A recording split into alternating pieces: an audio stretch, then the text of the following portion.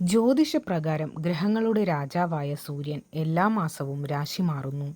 സൂര്യൻ ഒരു രാശിയിൽ നിന്ന് മറ്റൊന്നിലേക്ക് സംക്രമിക്കുമ്പോൾ അതിനെ സംക്രാന്തി എന്ന് വിളിക്കുന്നു.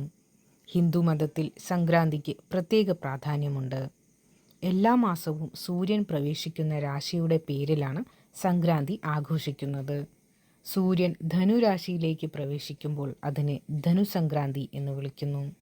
മകരസംക്രാന്തിക്ക് പുറമെ ധനുസംക്രാന്തിക്കും വർഷത്തിൽ പ്രത്യേക പ്രാധാന്യമുണ്ട്. കാരണം ധനുസംക്രാന്തിക്ക് ശേഷം ഒരു മാസത്തേക്ക് ശുഭകരമായ ഒരു ജോലിയും ചെയ്യില്ല. ധനുസംക്രാന്തി ദിവസം മുതൽ കർമാസ് ആരംഭിക്കും. ഈ സമയത്ത് ശുഭകരമായ പ്രവർത്തികൾ ചെയ്യുന്നത് നിരോധിച്ചിരിക്കുന്നു.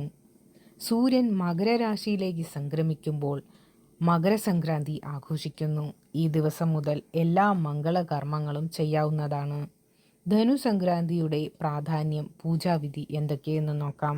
ധനുസംക്രാന്തിയുടെ പ്രാധാന്യം: സൂര്യൻ ഏതെങ്കിലും രാശിയിൽ ഒരു മാസക്കാലം നിലകൊള്ളുന്നു.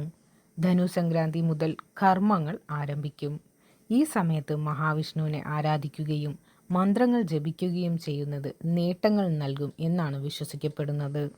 ഇതോടൊപ്പം സത്യനാരായണന്റെ കഥ പറയുന്നതും പ്രത്യേക പ്രാധാന്യമുണ്ട്. അത് ലക്ഷ്മി ദേവിയെ വളരെയധികം സന്തോഷിപ്പിക്കുന്നു. ജ്യോതിഷപ്രകാരം എല്ലാ ഗ്രഹങ്ങളുടെയും രാജാവാണ് സൂര്യദേവൻ. സൂര്യന്റെ രാശി മാറുമ്പോഴെല്ലാം ആ ദിവസം സൂര്യനെ ആരാധിക്കുന്നതും ബഹുമാനിക്കുന്നതും ശക്തിയും ആത്മവിശ്വാസവും വർദ്ധിപ്പിക്കും എന്നതാണ് വിശ്വാസം. സൂര്യനെ ആരാധിക്കുന്നതിലൂടെ ഔദ്യോഗിക ജീവിതത്തിൽ ഉന്നത സ്ഥാനം നേടണം എന്ന ആഗ്രഹം സഫലമാകും.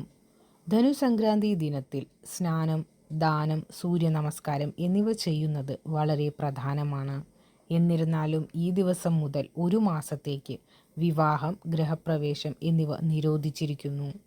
അത്തരമൊരു സാഹചര്യത്തിൽ പുതിയ ജോലി ആരംഭിക്കാനോ മംഗളകരമായ എന്തെങ്കിലും ചെയ്യാനോ ആഗ്രഹിക്കുന്നവർ ധനുസംക്രാന്തിക്ക് മുമ്പ് അത് ചെയ്യുക.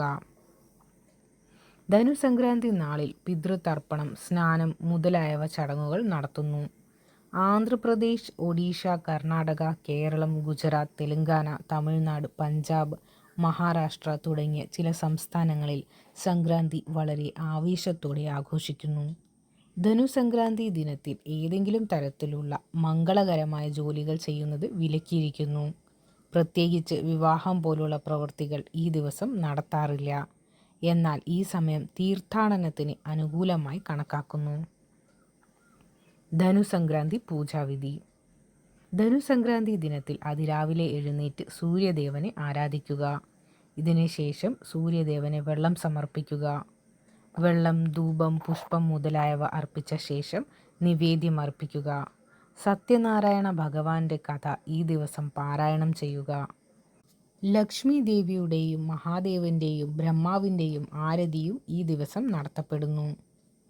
സൂര്യനിൽ നിന്ന് ശുഭഫലങ്ങൾ ലഭിക്കാനുള്ള വഴികൾ: സൂര്യദേവനിൽ നിന്ന് ഐശ്വര്യം ലഭിക്കാൻ നിങ്ങളുടെ കഴിവിനനുസരിച്ച് മഞ്ഞ വസ്ത്രങ്ങൾ, ശർക്കര, സ്വർണം, ചെമ്പ്, ഗോതമ്പ്, പയർ, പശു തുടങ്ങിയവ ദാനം ചെയ്യുക. സൂര്യദേവനെ പ്രീതിപ്പെടുത്താനും അനുഗ്രഹം നേടാനും ഞായറാഴ്ച പശുവിന് ഭക്ഷണം കൊടുക്കുക. പശുവിനെ സേവിക്കുക. മത്സ്യങ്ങൾക്ക് മാവുരുളകൾ നൽകുക. കറുത്ത ഉറുമ്പുകൾക്ക് പഞ്ചസാര നൽകുക. മാതാപിതാക്കളെ സ്നേഹിക്കുകയും പിതാവിൻ്റെ കൽപ്പനകൾ അനുസരിക്കുകയും മുതിർന്നവരെ പരിപാലിക്കുകയും ചെയ്യുന്നവരിൽ സൂര്യദേവൻ പ്രസാദിക്കുന്നു. അവരുടെ ജാതകത്തിൽ സൂര്യൻ ശക്തമായ സ്ഥാനത്ത് തുടരുന്നു. ജാതകത്തിൽ സൂര്യൻ്റെ സ്ഥാനം ബലപ്പെടാൻ ഈ മന്ത്രം 108 തവണയെങ്കിലും ജപിക്കുക. ധനുസംക്രാന്തി നാളിൽ ഒരു നദിയിൽ കുളിച്ച ശേഷം പാവപ്പെട്ടവർക്ക് ദാനം ചെയ്യുക. പാവപ്പെട്ടവർക്ക് ഭക്ഷണം നൽകുകയും വസ്ത്രം നൽകുകയും ചെയ്യുക. നിങ്ങൾക്ക് ധാരാളം പുണ്യങ്ങൾ ലഭിക്കും. ധനുസംക്രാന്തി ദിനത്തിൽ പൂർണ്ണ ഹൃദയത്തോടെ സൂര്യദേവനെ പ്രാർത്ഥിക്കുകയും ആരാധിക്കുകയും ചെയ്യുക. ഈ ദിവസം ശിവനെ ഗംഗാജലം കൊണ്ട് അഭിഷേകം ചെയ്യുകയും മഹാമൃത്യുഞ്ജയ മന്ത്രം ജപിക്കുന്നതും ഉത്തമമാണ്.